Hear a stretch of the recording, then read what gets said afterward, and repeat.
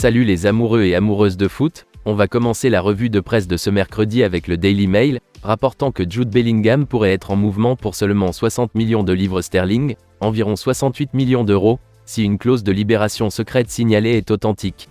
Le rapport indique que Chelsea et Barcelone ont tous deux reçu un coup de pouce pour obtenir Youssoufa Moukoko, 18 ans, du Borussia Dortmund.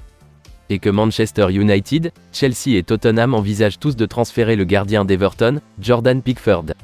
De même, Newcastle a fait du milieu de terrain de Chelsea, Jorginho, sa première cible de transfert.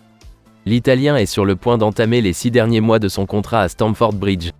Et de même, le Real Madrid envisagerait un coup sensationnel pour signer Alphonso Davies du Bayern Munich au cours des 18 prochains mois. Quant à Aaron Ramsey, le joueur n'a toujours pas retrouvé son club niçois après la sortie du pays de Galles en phase de groupe de la Coupe du Monde le mois dernier, selon le manager du club, Lucien Favre. Tandis que Anthony Elanga est censé devenir de plus en plus frustré de ne pas pouvoir décrocher une place à Manchester United. Et selon The Sun, Chelsea a déposé une offre d'une valeur supérieure à la clause de libération de 105 millions de livres sterling, soit 119 millions d'euros, d'Enzo Fernandez, selon des informations. D'après le rapport, le leader de la Premier League, Arsenal, est en pourparlers sur le milieu de terrain de Leicester City, Youri Tielemans. Par contre, le président d'Al Nassr, Musli Al-Mouammar, a minimisé les informations liant Cristiano Ronaldo à un énorme transfert vers la Saudi Pro League. Bournemouth espère faire venir des joueurs pendant la fenêtre de transfert de janvier. Gennaro Gattuso a révélé que son père avait menacé de le blesser s'il ne rejoignait pas les Rangers pendant ses jours de jeu. Le journal britannique affirme que Chelsea mène la course pour signer le milieu de terrain de Brighton Alexis McAllister, selon des informations. L'ancien défenseur de Manchester United, Daley Blind, a été libéré par l'Ajax. La star de Sheffield United, Iliam Ndiaye, a révélé qu'il rêve de revenir un jour à Marseille. Et que l'attaquant lillois et canadien Jonathan David a déclaré qu'il avait l'intention de jouer en Premier League à un moment donné. Selon les affirmations de The Sun, la chambre d'hôtel occupée par la légende argentine, Lionel Messi, pendant la Coupe du Monde du Qatar va être transformée en musée. Par contre, Monaco veut plus de 35 millions de livres sterling, environ 40 millions d'euros, pour la cible de Chelsea, Benoît Badiachil, mais le défenseur central de 21 ans souhaite déménager à Stamford Bridge. Everton veut signer l'attaquant de Manchester United, Anthony Elanga, en prêt pour le reste de la saison, mais ne pourra pas le faire à moins qu'Erik ten Hag ne soit en mesure d'obtenir un remplaçant.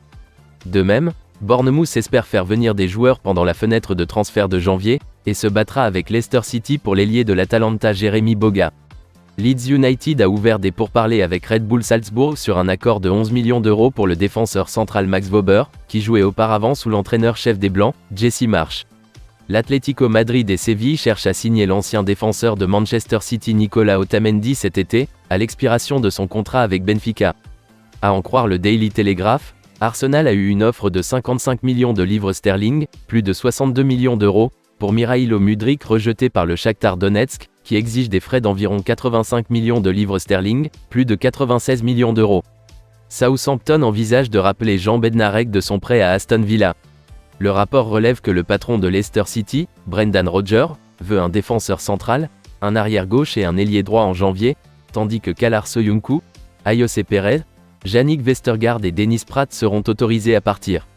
De même, le pilier des Harlequins, Joe Marler, fait face à une attente anxieuse concernant une éventuelle suspension, après un incident lors de la défaite de Gallagher Premiership mardi contre Bristol. Par contre, Arsenal est prêt à construire une statue d'Arsène Wenger à l'extérieur de l'Emirates Stadium, potentiellement dès 2023, après son retour surprise au club le lendemain de Noël. Cependant, le Daily Mirror déclare que le patron du Paris Saint-Germain, Christophe Galtier, a minimisé tout problème entre Lionel Messi et Kylian Mbappé. Et selon le rapport, le patron de Manchester United, Erik ten Hag, cherche à ajouter le défenseur central vétéran de l'Inter Milan, Stéphane De Vrij, à ses options défensives cet été lorsqu'il sera agent libre. L'attaquant rennais prolifique, Martin Terrier, est réapparu comme une cible possible de Manchester United en janvier alors qu'il cherchait un remplaçant abordable pour Cristiano Ronaldo. De même, Liverpool est en pole position pour signer l'ailier de Napoli Irving Lozano, selon des informations en Italie. Maintenant, The Times explique que les pourparlers contractuels entre Everton et le gardien anglais Jordan Pickford sont au point mort, laissant son avenir à long terme au club sérieusement incertain. Par contre, Manchester United ne participera pas à la bataille pour signer Joao Félix en raison des demandes de l'Atlético Madrid pour des frais de prêt, et une contribution salariale de 100%, totalisant 16 millions de livres sterling, soit 18 millions d'euros. Et pour terminer, le Daily Record rapporte que le Celtic renouvellera son intérêt pour l'attaquant de Baník Ostrava, Ladislav Almaseux, si leur poursuite de Chogue Sung ne se déroule pas comme prévu, Ange Postecoglou souhaitant ajouter à ses options offensives, alors que des doutes tourbillonnent sur l'avenir de Yorgos Giakoumakis en Écosse.